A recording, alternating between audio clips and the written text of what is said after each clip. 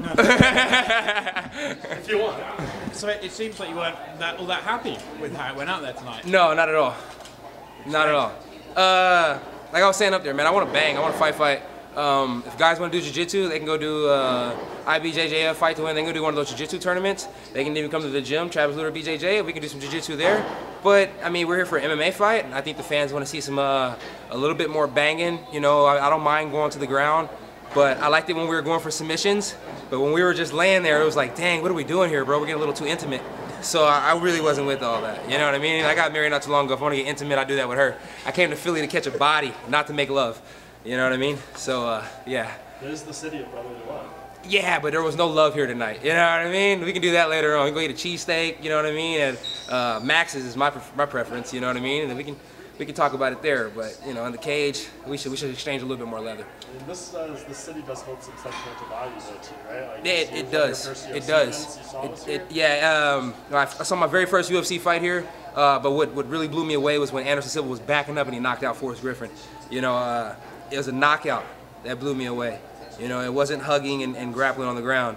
You know, my family, the last name is Holland. We're known for bodies. I was trying to join the family legacy. I was trying to catch a body in Philly, you know, and I didn't do that tonight. So therefore, I am not happy.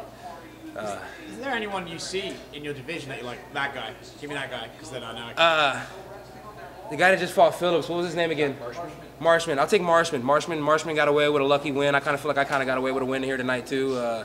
So I mean, Marshman, I'd love to knock his head off because I feel like Phillips really did kill the man, and the man got blessed. So when he hits the canvas, I will go down there and I will finish him. But when I go to the canvas, I will be pounding his head in. And now that I see that everybody in the division just wants to hump me, maybe I should just go out there and hump first and knock their head off on the ground. You know, I mean, it's okay if I'm caressing you and smacking you at the same time. You know, it's dirty sexual love, and I'm down for that. That's real brotherly love right there, right?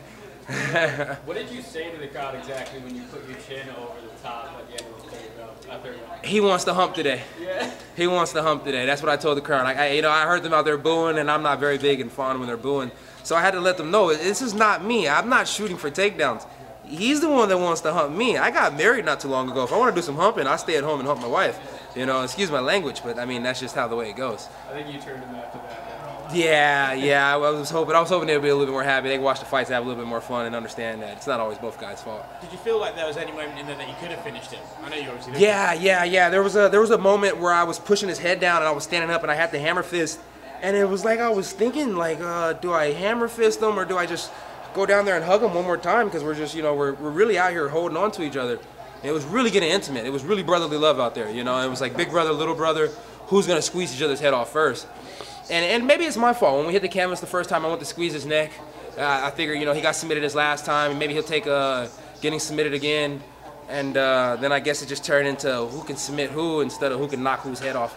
And I didn't like that. When you look at the top of the division, are those the kind of matchups that you like? You know, you got the Israel Adesanya, the Robert Wakers. I mean, at least Israel likes to stand and bang. If I was to fight a guy like Derek Brunson, I would know he's shooting in there, and like, because his life depends on the shot.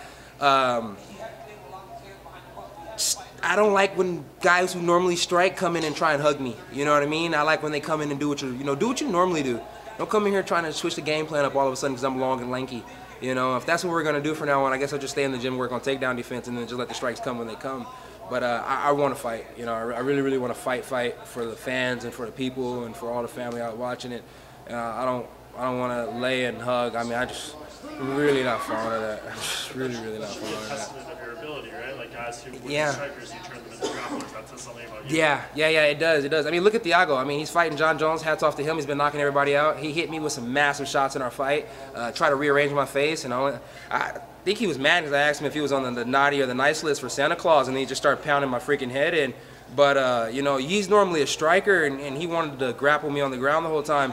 So I guess, you know, right there, that should tell me it all, right? Only thing these guys want to do is hug. So I think the next striker will want to hug. If I was to fight Israel, you know, hats off to Israel. I think he's a phenomenal striker, but he might want to hug too. So, you know, it's like everybody wants to freaking hug.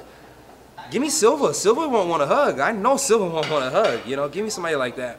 That's who I want. Thiago, I mean, having gone the distance with him and seeing where he is now, is that kind of a feather in your cap, especially given that was short notice?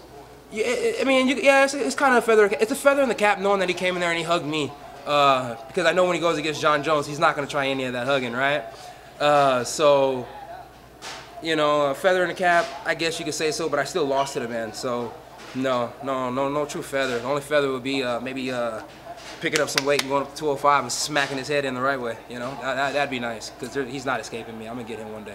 UFC posted a video on their Instagram. I couldn't make out what you were saying, but you and DC had an exchange in between rounds. What did you say to DC? Going into the third round, I mean, I just realized, I was like, okay, this is a grappling match. So I looked over at DC. I mean, I got Travis Luter in my corner, a great grappling coach, but you know, DC, two-time champ, known for his grappling. I was like, come on, give me some wrestling advice, and he just, you know. And so I was thinking the same thing that Travis would tell me: if you want some wrestling advice, don't wrestle. You know what I mean? So I was like, I better try and stand up a little bit more this next round. I went to dancing and moving around a little bit, but eventually I went right back to the mat, and I was like, here we go with this all over again, you know? I mean, freak.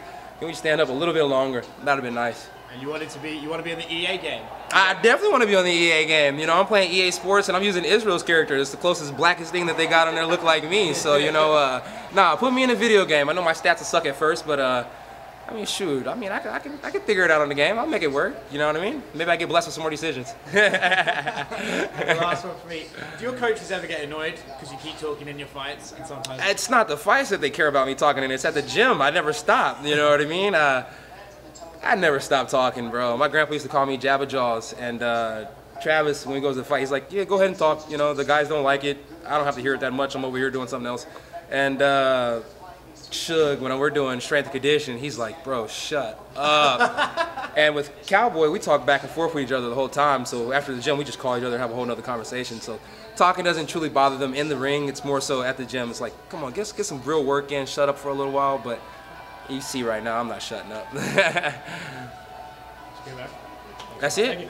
Bada boom, bada bang. Kevin on the mic. Gotta go. Whoop, whoop.